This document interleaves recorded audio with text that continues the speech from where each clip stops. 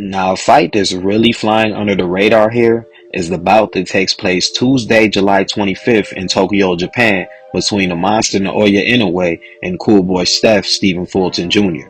And if I'm really being honest, I might even be more excited for this one than I am for any other fight this year. Not because I think it's a better matchup than the other fights, but because of every dynamic that plays a factor in and outside the ring. First off, we have two undefeated fighters, two guys who are in their legitimate primes, and two gentlemen who are not only unified, but one guy who is just 2 fights away from being undisputed at a weight class where he seemed to separate himself from everyone else, while the other vacated his undisputed titles at his respective weight class just to move up and set out to be a 4-division champion. Now, of course, in a way, making the jump from 118 to 122 is a big monkey wrench that would make him 1 fight away from undisputed at 122 if he defeats Fulton. But to me, that's the beauty of it. A smaller guy moving up yet again and just walking through fighters basically identical to Manny Pacquiao versus the king at that division who has beaten every top guy they've put in front of him. One of them is arguably #1 pound for pound, while the other has many fans adamant about making his case to even be on the pound for pound list.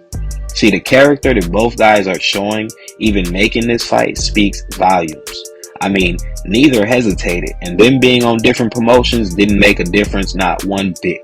When it comes to Stephen Fulton Jr., he easily could have had a rematch with Brandon the Heartbreaker Figueroa, but instead he accepted the challenge, proving to everyone that he doesn't duck smoke and isn't afraid of monsters. When it comes to Naoya Inoue, he comfortably could have stood at 118, but instead he decided it was time to make a move and demonstrate just how determined he is at being great.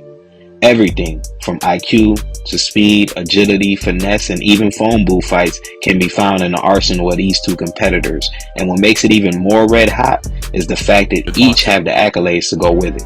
I mean, fans go crazy whenever gazing upon the footwork of fighters such as Vasyl Lomachenko. If anything, that's basically Loma's biggest trademark.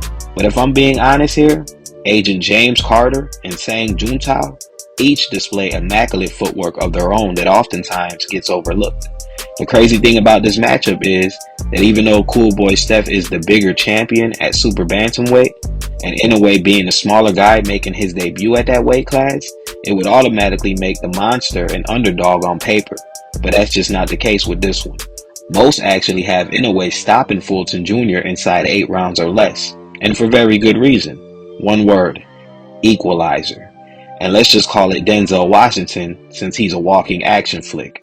Inoue can display a series of many different combinations inside the ring that sometimes you're just stuck wondering what he's gonna do next.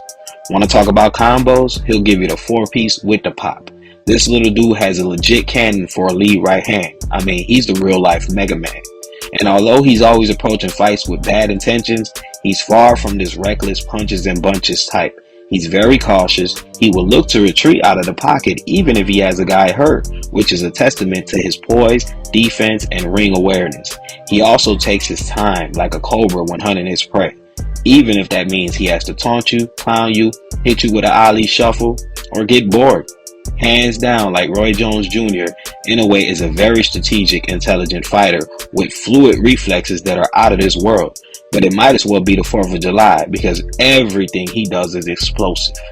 Now, given the nickname the Monster and the way he's treating opponents like a domino effect, it's hard to actually point out any consistent times where he's ever looked human. But I can refer to one, and that's when he faced off with the veteran Nonito Donaire a couple years back, where we actually saw chinks in the armor of the Monster. We saw him bloodied and also stunned by the same exact counter right hand we've seen Inoue catch guys with himself. The problem with that argument is he later hurt Nonito with a body shot that literally made the man run away, pretty much confirming his nickname the Monster. Speaking of body shots though, the thing about Stephen Fulton Jr. is he never neglects anything when it comes to being a tactician. He's slick, he's swift, athletic, a rope-a-dope savant, is very accurate, and will sit there and mix it up by choice. Packing a punch that's a little more sweet than your average Kool-Aid. Like, don't get it twisted. Cool Boy Steph is a dog for real, and the way all of his attributes just fall together, you can say that he has star written all over him. I talked about guys having the it factor before, and straight away, to those who aren't familiar with Fulton, His aura speaks that of Adrian Broner, Floyd Mayweather. But the thing with Fulton Jr. is, I see a bit of mystique with him. In and outside of the ring, he seems to have this cocky, brash type of persona outside the ring, but in reality, he's exactly what his name says he is. He's a cool dude. Never loses his composure, you know? Not too loud, not too quiet, and once he gets in the ring, it's almost like he hits this switch to where his whole demeanor changes. The fighting style is what gets me though, because although he can easily box you on the outside or work comfortably on his back foot performing the traditional art of boxing, he also seems to transition from counter-punching to pot-shotting, only to end up riding your grill, dishing out a series of flurries and combinations to the point where it doesn't even look like he has to work very hard. Fulton is very slippery defensively and very crafty offensively. I mean, sometimes it just looks like he has more than two hands. A true perfectionist that loves to get messy. This guy can make ugly look good. I want to say his tricky boxing style is what I would call loopy if there ever was such. And his vision is so calculated and cerebral that you would think he's wearing goggles out there. Straight up. A lot of people will say, well, he doesn't have any power. And even though that might be true, I'll just say he's not the biggest puncher. But he does seem to have enough snap to keep guys honest and is very good at disrupting attacks with firepower of his own. The issue here is he can't get away with as much facing an opponent like Inoue. You see, because Inoue feeds off of guys fighting off the back foot and trying to overshoot him. He's just as precise with the counterpunch himself. Inoue also likes a bit of mid-range distance due to his good reach because it's easier for him to connect using his power. So the danger I see for Stephen Fulton Jr. is that even though Fulton can fight on the outside, if he can't handle Inoue's power and becomes gun-shy, it would only force him more on his back foot, giving Inoue enough room to find the perfect range for his offense.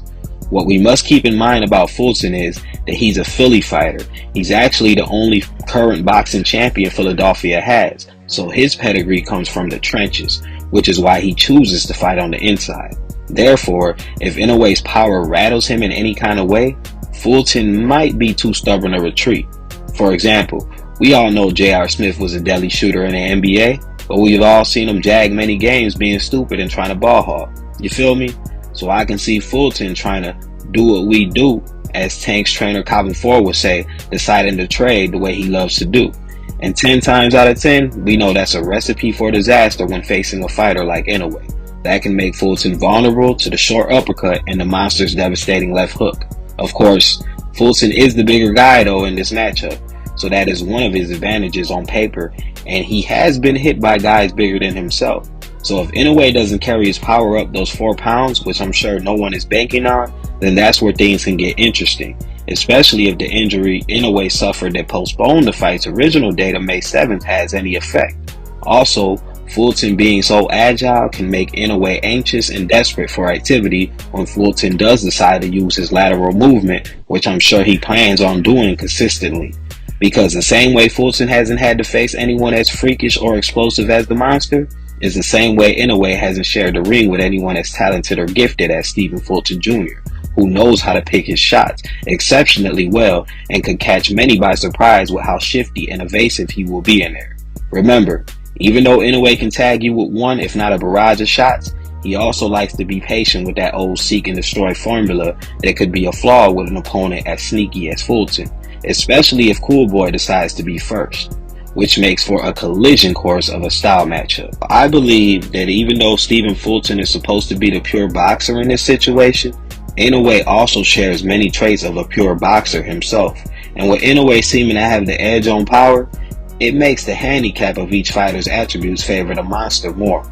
Both like to work with the jab too, so keeping an eye out to see who might take away whose jab first can also play a factor here. The story for this bout has already been written. You have one guy stepping up and coming to the throne, a decorated workhorse, and we have another guy who refuses to back down any invader trying to mark his territory. One thing's for sure though, a star will definitely be born on July 25th. Question is, will Stephen Fulton be put to sleep like many fans believe, or will anyone sleeping on Cool Boy Steph be in store for a rude awakening? Could it be a 12-round schooling for one, or lights out and 4 for the other? Either way, we all know this monster's on a mission, and that's more than enough for anyone to lose their cool. Pop off.